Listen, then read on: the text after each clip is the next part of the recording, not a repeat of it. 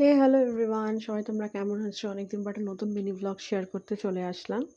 গতকাল তো রাস পূর্ণিমা লেগেই গেছে, মানে রাসযাত্রা শুরু হয়ে গেছে। তো আমাদের বাজারের এখানে একটা রাধাকৃষ্ণের মন্দির আছে, সেখানে একটু গেছিলাম।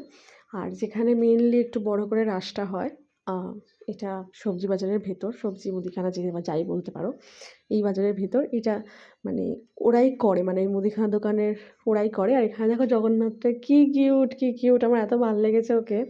মনে হচ্ছিল যেন ওকে ঘরে নিয়ে চলে আসলে ভালো হতো। তারপর এখানে রাধাকৃষ্ণর সব ছোটবেলা, বড়, তারপরে কি যেন?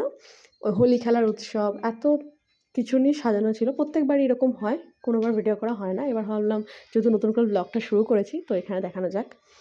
এই যে এখানে রাধাকৃষ্ণ, কত রকমের রাধাকৃষ্ণ জাস্ট দেখো, নানা রকমের জাস্ট। আমার এত ভাল লাগে এখানে যেতে প্রত্যেকবার। আর সামনে এখানে গপু কি সুন্দর বসে আছে। তো যাই হোক, এখানে টুকটাক আরও যায় দেখে চলে আসলাম বাড়ি। তো দেখা হবে নেক্সট কোনো মিনি ব্লগে।